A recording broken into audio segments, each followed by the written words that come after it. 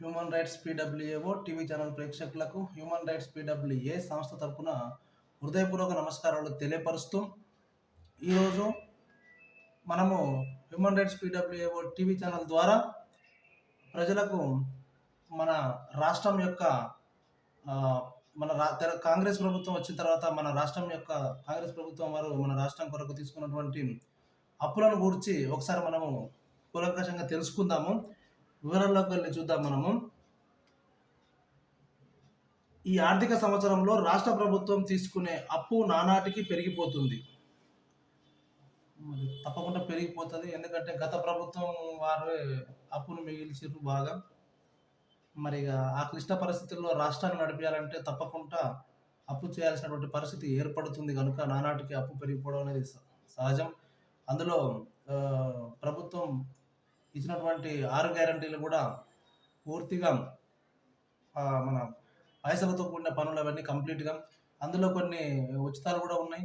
ఇవన్నీ వీటి భారం కూడా ప్రభుత్వం మీద బాగా పడుతుంది. అప్పుడు చెప్పడం అయితే చెప్పిర్రు 6 గ్యారంటీలు ఇస్తామని చెప్పి, కానీ అవి అమలు చేయడంలో చాలా ఇబ్బందులు ఎదుర్కొంటుందన్న సంగతి మన రాష్ట్ర ప్రజలందరికీ తెలిసిన విషయమే. మనము ఈ నెలాఖరకు ఆ అప్పు మొత్తం 70,000 కోట్లకు చేరనుందని అంచనా. బడ్జెట్లో అంచనా వేసిన అప్పు కంటే ఎక్కువగా తీసుకుండడం గమనార్హం. బడ్జెట్లో అంచనా వేసిన అప్పు కంటే ఎక్కువగా తీసుకుంటుందట మన రాష్ట్రం అప్పు. అయితే కేంద్ర ప్రభుత్వాన్ని ఒప్పించి ఈ రుణం తీసుకుంటున్నట్టు తెలుస్తుంది. మరి కేంద్ర ప్రభుత్వాన్ని ఒప్పిస్తేనే కదా రుణం తీసుకునేది, తప్పకుండా ఒప్పియాల్సింది. మరి రాష్ట్ర జిఎస్డిపి ఈసారి ఆశాజనకంగా ఉంటుందని, పైగా పాత రుణాల కిస్తీలు వడ్డీలను చెల్లించాల్సి వస్తుందని కేంద్రానికి వివరించినట్లు సమాచారం. మన రేవంత్ రెడ్డి గారు, మన రాష్ట్ర ముఖ్యమంత్రి గారు మన రాష్ట్రం యొక్క ఆర్థిక పరిస్థితిని గురించి కేంద్రానికి వివరించి ఇక అంచనాకు మించిన అప్పు కూడా తీసుకోవడానికి సిద్ధంగా ఉన్నారు. కేంద్రాన్ని కూడా ఆ విషయంలో ఒప్పిస్తున్నారని కూడా తెలుస్తుంది. ఒప్పించే ఈ రుణాన్ని తీసుకుంటారని కూడా తెలుస్తుంది. ఇక నిజానికి ఈసారి బడ్జెట్లో మొత్తం 57,112 కోట్లు రుణాలు తీసుకుంటామని రాష్ట్ర ప్రభుత్వం ప్రకటించింది. ఎన్ని రుణాలు తీసుకుంటామని రాష్ట్ర ప్రభుత్వం ప్రకటించింది? 57,112 కోట్ల రుణాలు తీసుకుంటామని రాష్ట్ర ప్రభుత్వం ప్రకటించింది వాస్తవానికి అయితే. కానీ కేంద్ర ప్రభుత్వం మాత్రం దీన్ని 49,255 కోట్లకు మాత్రమే అనుమతించింది. కేంద్ర ప్రభుత్వం ఎంత అనుమతించింది? 49,255 కోట్లకు మాత్రమే అనుమతించింది. అయినా ఈ చివరి త్రైమాసికం అంటే జనవరి, ఫిబ్రవరి, మార్చిలో మొత్తం 30,000 కోట్ల రుణాన్ని తీసుకుంటామని రిజర్వ్ బ్యాంక్ ఆఫ్ ఇండియాకు ప్రతిపాదించింది మన రాష్ట్రం. ఎంత రుణం తీసుకుంటా అని చెప్పి నెల త్రైమాసికానికి అంటే జనవరి, ఫిబ్రవరి, మార్చిలో మొత్తం 30,000 కోట్ల రుణం తీసుకుంటా అని చెప్పి రిజర్వ్ బ్యాంక్ ఆఫ్ ఇండియా ఆర్బీఐకు మన రాష్ట్రం ప్రతిపాదించింది. కానీ కేంద్ర ప్రభుత్వం అంత మొత్తం అప్పునకు అనుమతి ఇవ్వలేదు. కానీ కేంద్ర ప్రభుత్వం అంత పెద్ద మొత్తానికి అనుమతి ఇవ్వలేదంట. మన కేంద్ర ప్రభుత్వం వారు అనుమతి ఇస్తేనే బాగుంటుంది, ఎందుకంటే మన రాష్ట్రము అప్పులతో చాలా ఇబ్బందులు పడుతున్న సంగతిని కూడా కేంద్ర ప్రభుత్వం వారు గమనించాలని చెప్పి మన రాష్ట్ర ప్రజలందరూ మనం కేంద్ర ప్రభుత్వం వారిని కోరుకోవాలి. అయితే దీంతో రాష్ట్ర ప్రభుత్వం జనవరిలో 10,000 కోట్లకు గాను 4,800 కోట్లు, అలాగే ఫిబ్రవరిలో 10,000 కోట్లకు గాను 3,000 కోట్ల రుణాలను మాత్రమే సేకరించగలిగింది. ఇలా జనవరి నాటికి రాష్ట్రం అప్పు ఎంత అయిందంటే 58,586.64 కోట్లకు చేరింది. రాష్ట్ర అప్పు 58,586.64 కోట్లకు చేరింది. ఫిబ్రవరి 4న తీసుకున్న 3,000 కోట్లతో కలిపి ఈ రుణం 61,586 కోట్లకు అయ్యింది. ఫిబ్రవరిలో కూడా 3,000 కోట్లు తీసుకున్న రుణం మనందరికీ తెలిసిన విషయం ఏది. దీంతో కలుపుకుంటే 61,586 కోట్లు అయిందంట. తాజాగా మంగళవారం మరో 2,000 కోట్ల అప్పు తీసుకుంటుంది. అంటే మంగళవారం ఈ మంత్ లాస్ట్ పోయిన మంగళవారం 2,000 కోట్ల అప్పు తీసుకుంటుంది. రిజర్వ్ బ్యాంక్ ఆఫ్ ఇండియా నిర్వహించిన ఈ వేలం ద్వారా ఈ రుణాన్ని సేకరించింది.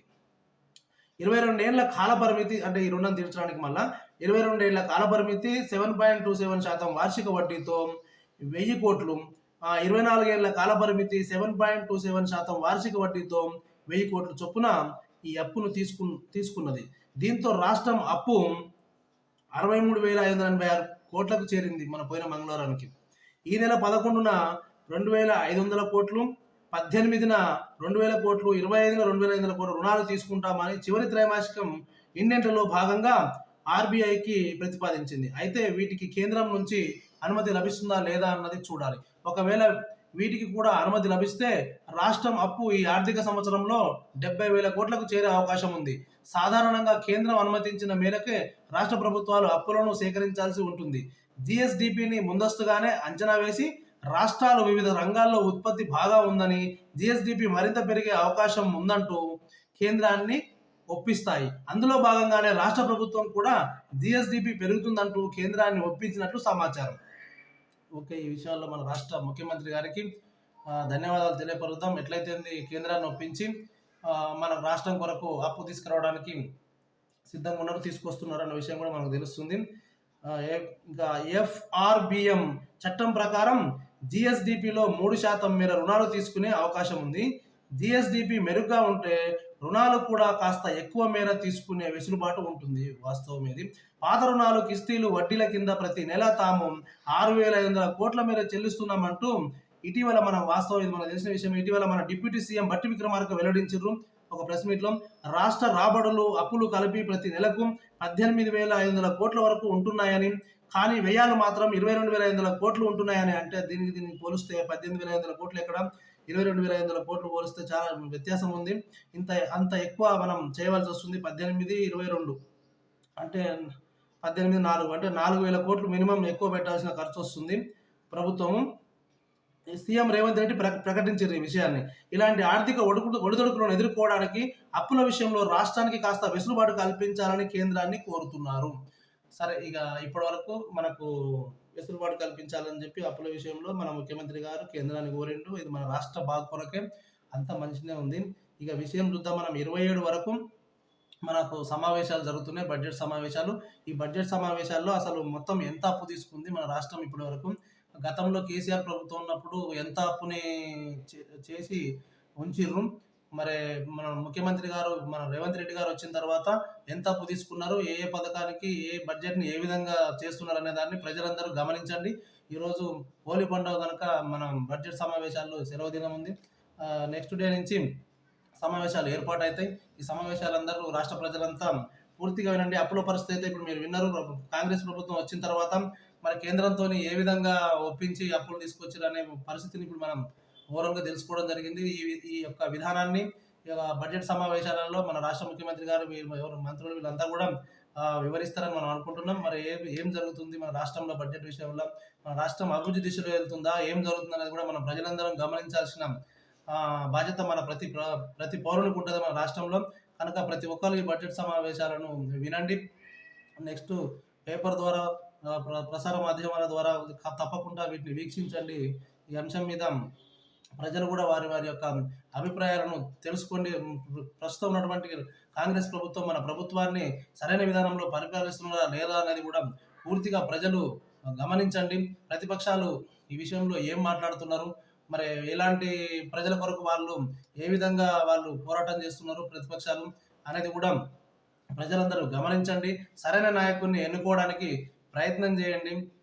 ఇప్పుడున్నటువంటి ప్రభుత్వాన్ని కూడా వారి యొక్క పరిపాలనను వారు సక్రమంగా నడిపించే విధంగా ప్రజలు కూడా వారి యొక్క పాత్రను అందులో పోషించాలని చెప్పి నేను human rights protection and welfare awareness organisation తరపున తెలంగాణ రాష్ట్ర ప్రజలందరినీ కోరుకుంటున్నా.